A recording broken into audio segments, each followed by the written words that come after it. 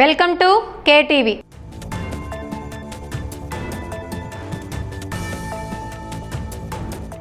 వైఎస్ఆర్ కడప జిల్లా ప్రొద్దుటూరులోని రెడ్ల కళ్యాణ మండపం అధ్యక్ష పదవి ఎన్నిక ఉత్కంఠభరితంగా మారింది. దాదాపు 25 సంవత్సరాల అనంతరం అధ్యక్ష పదవికి పోటాపోటీగా ఎన్నికలు జరుగుతుండటంతో ప్రొద్దుటూరులో ఆసక్తిని రేకెత్తిస్తోంది. ఈసారి అధ్యక్ష పదవి రేసులో డాక్టర్ నాగదస్తగిరి రెడ్డి మరియు కేఎంఆర్ ట్రావెల్స్ అధినేత కందుల మునిరెడ్డి మధ్య పోటీ నెలకొంది. ఇద్దరు అభ్యర్థులు తమ ప్రయాణాలతో ప్రచారం నిమగ్నమై సభ్యులను ఆకర్షించే ప్రయత్నాలు చేశారు. రెడ్ల కళ్యాణ మండపానికి విరాళం అందించిన 457 మంది ఓటర్లుగా నమోదు చేసినట్లు నిర్వాహకులు తెలిపారు.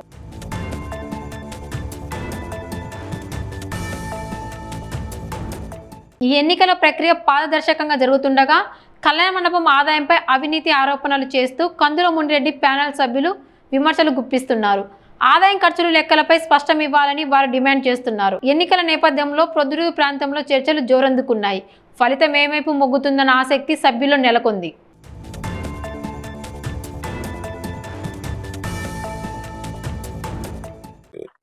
ఇప్పుడు మా ప్యానల్ వచ్చేసి మేము 13 మందిమి. నాగదస్తగిరి రెడ్డి ప్యానల్ మాది. ఇందులో మేము 11 మంది ఏకగ్రీవంగా ఎన్నికైనాము. కాబట్టి ఇంకా పోటీ ఉండేది Nagadastagiri Reddy sir ప్రెసిడెంట్కు, treasurer LV రమణాటికి, వీళ్ళిద్దరికే పోటీ ఉండేది. ఇప్పటి వరకు దాదాపు మాకు ఓట్లు వచ్చేసి 457 ఓట్లు. ఇందులో ఇప్పటికే దాదాపు 350 పైన పోలైనాయి. కాబట్టి మా ప్యానల్ ఆల్రెడీ మేము 11 మంది ఏకగ్రీవం అయినాం. కాబట్టి మా గెలుపుకు ఎలాంటి డోకా ఉండదని చెప్పి పూర్తిగా మాకు నమ్మకం ఉంది. మా ట్రెజరర్ కానీ మా ప్రెసిడెంట్ కానీ తప్పకుండా గెలుస్తాడని నమ్మకం మాకు.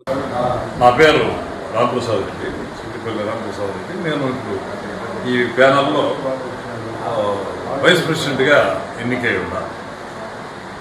ఎలక్షన్స్లో ఇనానిమస్గా అంటే పోటీ తిరిగిపోవడంతో గెలవడం. ఇప్పుడు గత 20 ఏళ్ల క్రితం నుంచి మొదలుపెట్టిన ఈ కళ్యాణ మండపంలో ఎన్నికలు జరగలేదు. ఇదే మొదటిసారి జరుగుతున్నాయి. ప్రజాస్వామ్యయుతంగా ఎన్నికలు జరగడం ఇదే మొదటిసారి. ఎన్నికలు జరగకపోవడానికి కారణం ఏమంటే అప్పుడంతా బిల్డింగ్స్ కన్స్ట్రక్షన్లో ఉన్నాయి. ఒకటి దీనికి ఫండ్స్ సేకరించడం కానీ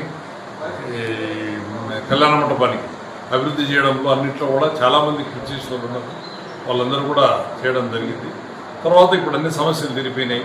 ఇంకా ఇప్పుడు ఇందులో నుంచి వచ్చే రెవెన్యూతో కానీ ఇంకోటి కానీ బయట నుంచి వచ్చే సహకారంతో మేము రెడ్ల సంఘం స్థాపించినప్పటి ఎజెండా ఏముందో అవన్నీ కూడా నిర్వహించడానికి కూడా జరుగుతుంది. ఇప్పుడు జరిగే ఎన్నికల్లో 11 మంది యునానిమస్గా రావడంతో ఒక ప్రెసిడెంట్ ప్రజలు ఈ 2 దానికి మాత్రమే పోటీ జరుగుతుంది. ఈ 2 ఎలక్షన్స్ 3 గంటలకు అయిపోతాయి. ఎలక్షన్స్ ఏమైనా ఎవరు గెలిచినా కూడా ఓడిపోయిన వాళ్ళు కానీ గెలిచిన వాళ్ళు కానీ అందరూ రెడ్ల సామాజిక వర్గంలో సభ్యులు, సంఘంలో సభ్యులు అందరం కూడా కలిసికట్టుగా ఈ సంఘాన్ని అభివృద్ధి చేసి పేదలకు, ముఖ్యంగా పేదలకు ఏం చేయగలం అనే ఒక అజెండా మీదనే ముందుకు కొనసాగుతాం. ఇందులో ఇంతకంటే పెద్ద రాజకీయం ఏం లేదు. ఖచ్చితంగా కూడా దీన్ని అభివృద్ధి పదంలోకి ముందుకు తీసుకుంటాం.